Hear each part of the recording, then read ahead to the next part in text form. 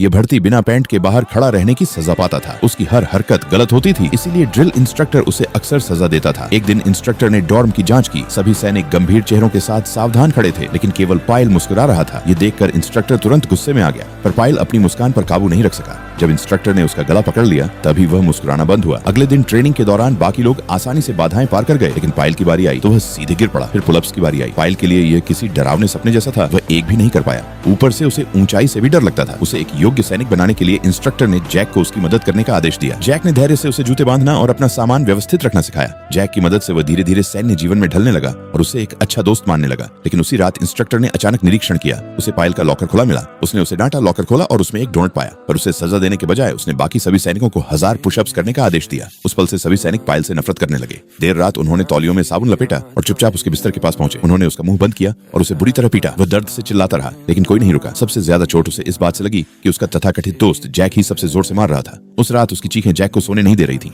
इसके बाद पायल कभी मुस्कुराया नहीं। उसकी आंखें ठंडी और खतरनाक हो गईं। आगे की ट्रेनिंग में उसने 10 गुना ज्यादा मेहनत की। उसकी हर हरकत सटीक हो गई और उसकी निशानेबाजी पूरी टुकड़ी में सबसे बेहतरीन बन गई। यहाँ तक कि इंस्ट्रक्टर भी हैरान रह गया। लेकिन बाद में पायल बार बार अपने राइफल को साफ करता रहता था। जैक को लगा कुछ गड़बड़ है। एक रात गश्त के दौरान जैक ने बाथरूम से आवाज सुनी। उसने दरवाजा खोला तो देखा पायल मुस्कुराते हुए गोलियां भर रहा था। फिर वह खड़ा होकर नारे लगाते हुए मशीन की तरह ड्रिल करने लगा। शोर से पूरा कैंप जाग गया। इंस्ट्रक्टर भी आ गया और हमेशा की तरह उसे गालियां देने लगा। बंदूक उसके ऊपर तनी होने के बावजूद वह आगे बढ़ता रहा, लेकिन इस बार पायल पीछे नहीं हटा। उसने ट्रिगर दबा दिया। अब सवाल ये है, असली दोषी कौन है? निर्दयी इंस्ट्रक्टर, ठंडे दिल वाले साथी, या वह सिस्टम जो इंसानियत को कुचल देता है?